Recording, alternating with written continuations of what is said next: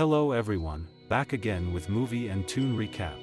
Today, I'm going to explain a British science fiction horror film from 2011, titled Attack the Block. Spoilers ahead, so watch out and take care. On Guy Fawkes night in southern London, a light is seen falling from the sky. Samantha Adams, a 25-year-old trainee nurse, is walking home from work when a small gang of teenagers mugs her. Their leader, Moses, takes her purse, valuables, and ring. During the mugging, a meteorite hits a nearby car, allowing Samantha to escape.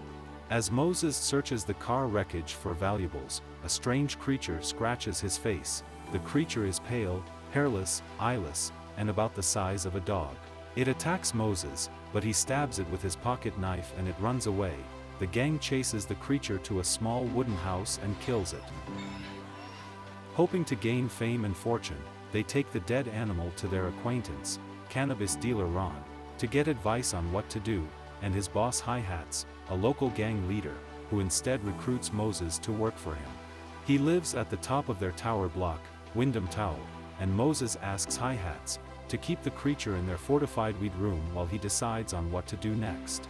They teenagers notice more objects falling from the sky, and eager to fight the creatures, the gang arm themselves, and go to the nearest crash site. However, they find a dead alien and notice that these extraterrestrial beings are much larger, gorilla-sized, with spiky fur that's incredibly black, huge claws, and rows of glowing fangs. They notice one of the aliens in a distance and Dennis's pet pitbull Pogo went after it but was killed. The gang flees from the aliens, but they are chased by two policemen accompanying Sam, and Moses is arrested after falling off his bicycle. The aliens follow Moses and brutally kill the unarmed officers, trapping Samantha and Moses inside a van. One of the gang members, Pest, throws a firework at the van to distract the aliens, allowing Dennis to reach the vehicle, free Moses from the cage, and drive away. However, they crash into Hi-Hat's car in a nearby parking lot, and Moses tells Samantha to run away.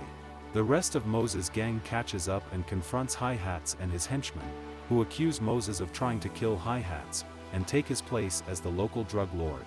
Enraged by the damage to his car, Hi-Hats threatens them with a gun, refusing to believe their story about the aliens, until an alien arrives. When his henchman goes to investigate, he's killed by the alien, providing a chance for the gang to run, and Hi-Hats kills the alien in turn. The gang attempts to flee to Wyndham Tower but are once again pursued and attacked by the aliens, and Biggs is forced to hide in a recycling bin to escape the creatures when he got separated. The rest of the gang manages to reach the building, but Pest is severely bitten in the leg by an alien that breaks into their building. They manage to rescue Pest and escape through the elevator. They discover that Samantha lives in their building and force their way into her flat, persuading her to treat Pest's wounded leg. While Samantha tends to Pest's injury, an alien suddenly bursts into the flat, but Moses bravely kills it with a samurai sword, piercing its head. Samantha realizes that the group wasn't lying about the extraterrestrial creatures and decides it's safer to stick with them. She joins the gang, arming herself with a knife. They move upstairs to the flat where Tia, Dimples, Diana, and Gloria live, hoping the security gate will keep them safe. The gang tries to convince the girls that the aliens are real, with Sam also trying to persuade them. However, the girls just joke about it, not taking the warning seriously, but then, two aliens attack from outside, smash through the windows and decapitate Dennis. The rest of the group seeks refuge, horrified by the sudden turn of events. Moses attempts to fight one of the alien with his sword, but it gets stuck in the wall. Before the alien can attack him, Samantha managed to kill it, saving Moses just in time. Meanwhile, Tia and Dimples lure the other alien into a trap and manage to kill it by ganging up on it. The girls realize that the boys seem to be the focus of the creature's attention and decide to go their separate way. In the hallway, the gang is ambushed by Hi-Hats and his henchmen, who blame them for the death of their first henchman. However, another alien appears, and the gang takes advantage of the distraction to escape. The alien chases Hi-Hats and his henchmen into an elevator, but Hi-Hats manages to kill the alien, covering himself in blood in the process. Unfortunately, his henchmen are killed, and Hi-Hats continues his relentless search for Moses. As the gang makes their way upstairs to Ron's flat, they run into Bruce, a zoology student and one of Ron's customers, in an elevator. Bruce demands an explanation for the chaos in the building after encountering hi-hats and the dead creature. As they exit the elevator, the gang is confronted by more aliens, but they use fireworks as a distraction and manage to get through. However, Jerome becomes disoriented in the smoke and is killed by an alien. In the chaos, Pest mistakes Bruce for an alien and hits him in the face with a baseball bat. They finally enter Ron's flat, only to find hi-hats already there, preparing to shoot Moses. But before he can, the rest of the aliens burst in through the window and attack hi-hats, killing him.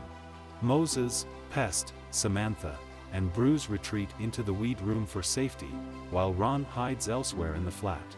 Biggs, still trapped in the bin, is rescued by two mischievous children, Probs and Mayhem, who use a water gun filled with petrol and a flame to torch the alien from a safe distance.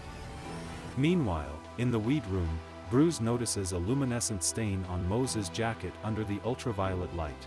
As a zoology student, he theorizes that the aliens are like spores, drifting through space on solar winds until they chance upon a suitable planet. After landing in an area with sufficient food, the female alien releases a strong pheromone, attracting male creatures to mate and propagate their species in their new world.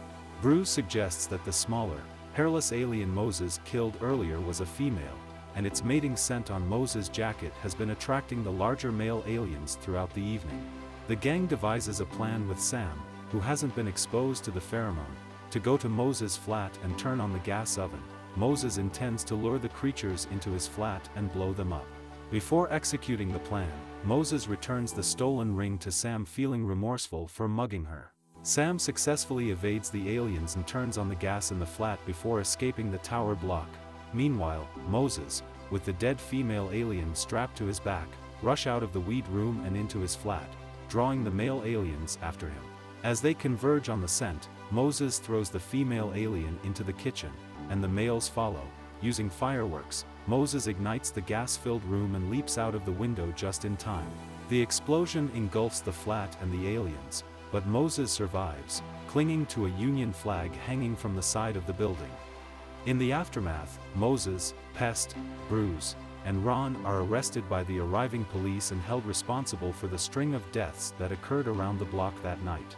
The police ask Samantha to identify Moses and his friends as the perpetrators of the violence, including the killing of the two police officers who had earlier arrested Moses. However, Samantha instead testifies that the boys are her neighbors and had protected her. Later, Biggs joins the crowd and corroborates Samantha's account to the police.